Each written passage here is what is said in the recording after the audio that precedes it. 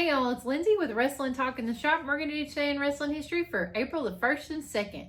On the 1st in 1990, WrestleMania 6 was held in Toronto Sky Dome in front of 67,000 fans, including a future rated R superstar. This was the first WrestleMania to be held outside the United States and to feature a face versus face main event where both the promotion's premier championships were on the line. And on this card, we had the Intercontinental Champion, the Ultimate Warrior, defeated Hulk Hogan for the WWF World Title in the main event. The Intercontinental title was vacated by the Warrior, as it deemed in the storyline at the time that both singles titles could not be held by the same person simultaneously. Worst WrestleMania main event of all time. I'm just kidding. Broke Johnson's heart. And then in 2001, WrestleMania, 17 was held at the Reliant Astrodome in Houston, Texas, in front of 67,000 fans, which is the second largest WrestleMania at the time. This was the first Mania to be held in a stadium-sized venue since the 1992 edition, and this was one. Most people tout this as a pretty heavily good Mania. So on this card, we had Shane McMahon defeated Vince McMahon in a street fight. Edge and Christian won the WWF Tag Team Championship in a spectacular tables, ladders, and chair match against Dudley Boys and the Hardy Boys. The Sheik won the Gimmick Battle Royale by eliminating Hillbilly Jim. And The Undertaker defeated Triple H in a grudge match to extend his WrestleMania win streak to 9-0. And Stone Cold Steve Austin defeated The Rock for a WWF Championship in a no DQ match. And Austin would turn heel towards the end of the match with assistance from Vince McMahon. That was like the fastest battle royal I've ever seen, the Gimmick Battle Royal. I mean, it lasted like 5 minutes.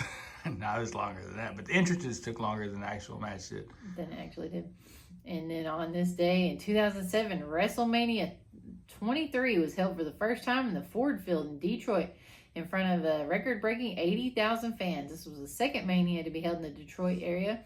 And the Queen of Soul, Aretha Franklin, sung "America the Beautiful," and at the start of the pay-per-view for the second time in 20 years. And this is the ticket sales was grossed over $5 million. Pretty good house. Yeah, for sure.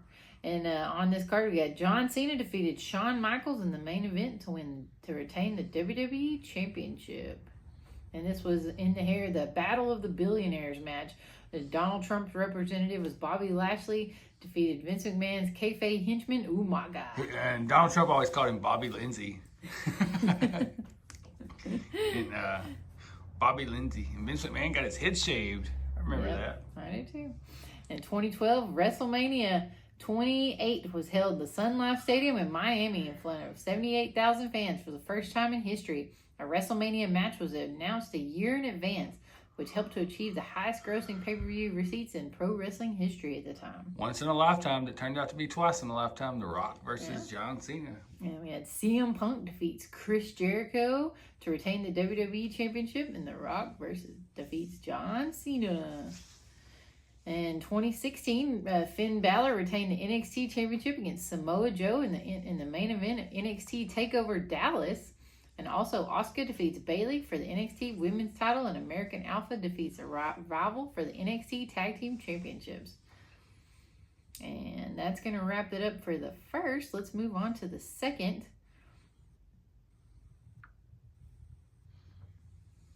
All right.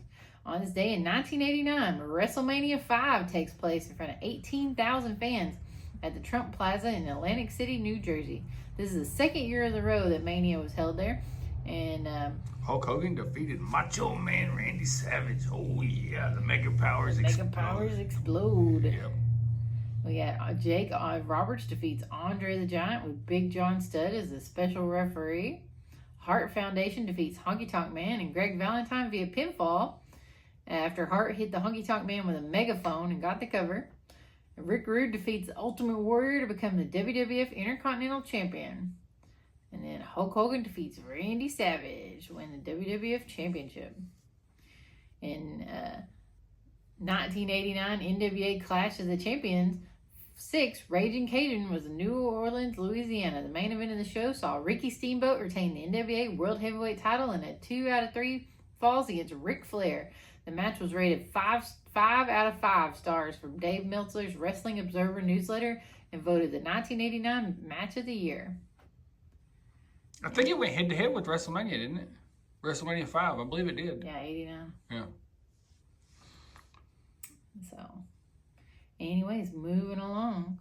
On this day in 2000, WWF WrestleMania 2000 was held at Arrowhead Pond, Anaheim, California. A McMahon in every corner. For 19,000 fans. Well, It was Mick Foley, Big Show, Triple H, and The Rock, wasn't it? Yep. Well, You got it. Yeah, I can't remember who won. Who won it? The Rock. Yes, That's Rock what I to thought. retain the WWF Championship. It was sort of, they were just threw all. Mick Foley had retired at the Royal Rumble, but then come back to being Linda McMahon's. You know, it was just a weird deal. Odd deal.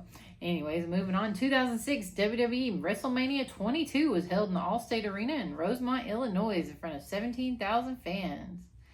And on this show is featured the WWE debut of CM Punk as one of the gangsters. Yeah, during he was, yeah. Cena's entrance. Yeah. And let's see, we had John Cena defeats Triple H by submission to retain the WWE Championship. And then, Them was the days of Super Cena. yep, Cena was the man. In 2012, on Monday Night Raw after WrestleMania, Brock Lesnar made his return to WWE after 8 years, He confronting destroyed John Cena Yeah. in the ring and delivering a huge F5 to close the show. And they had a phenomenal match at the next pay-per-view. I can't remember what it was called. It was like Extreme Rules. Yeah, Yep. they had. It was a very good match, you know. And for some reason, Brock Lesnar lost. I don't know why he lost, but you know, he was fighting Super Cena at the time. Yep. In 2017, WWE WrestleMania 33 was held at Camping World Stadium, aka the Citrus Bowl in Orlando, Florida. In the kickoff show, Neville retained the WWE Cruiserweight title against Austin Aries. Mojo Rawley won the Andre the Giant Memorial Battle, and Dean Ambrose retained the Intercontinental Championship against Baron Corbin. And let's see, on this show, we had Seth Rollins defeats Triple H in a non-sanctioned match. The match ended when Rollins hit Triple H with a super kick and knocked into Stephanie McMahon, causing her to crash through the table. I remember that. And then main event, we had Roman Reigns defeats Undertaker in a no-holds-barred match. Reigns gets the pin after multiple spears, giving Undertaker his second loss ever at WrestleMania. That's when the Undertaker put his robe and boots and hat and everything in the I was ring. just fixing to say, Yeah. kissed his wife and... And Undertaker claims that that's when he wanted to retire, but he got the call a few months later to come back and do it one more time. Wasn't it Crown Jewel? No, I think it was something like that. I can't really think so. remember. Yeah. Anyways, guys, that's going to wrap it up for today in wrestling history. If you made it this far, thanks for watching. Like and subscribe. We'll catch you on the next one.